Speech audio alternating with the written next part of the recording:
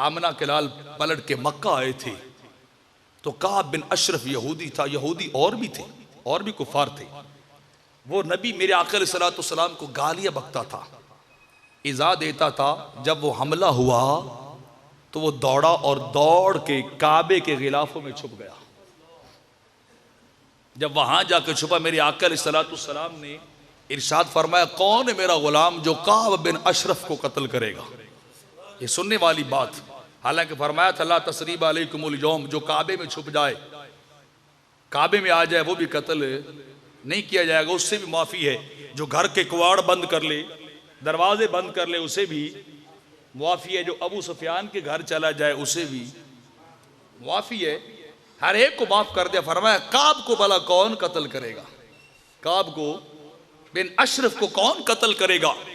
तो एक शख्स खड़ा हुआ, हुजूर मुझे इजाज़त दें, इस बदबख्त की गर्दन मैं उतार के लाता हूँ, मैं उतार के लाता हूँ इसकी गर्दन।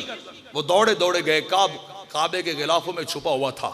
अब सुनने वाली बात है, उसने उसको दावत इस्लाम भी नहीं दी, दावत इस्लाम भी नहीं दी थी। हालांकि हुक्म था कोशिश करो पहले इस्लाम पेश करो, कलमा पढ़ ले तो सारे रंज मुक गए, सारी दुश्मनी खत्म होगी, सारी दुश्मनी खत्म हो जाएंगी।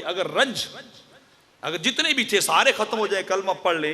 उस सहाबी ने उसे दावत नहीं दी, बल्कि एक अजीब कलमे से बाहर बुलाया, आ तुझे अमन देता हूं, आ तुझे अमन देता हूं। काबे के गिलाफों में छुपा हुआ था।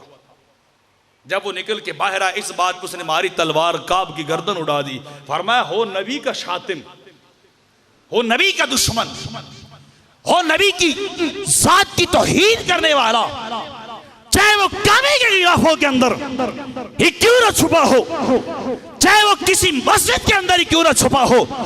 फरमाया ना तो इस्लाम उसकी जिंदगी की इजाजत देता है, ना आमना का लाल उसको जिंदा रहने की इजाजत देता है, और ना खुदा उसका मालिक उसे जिंदा रहने की इजाजत देता है।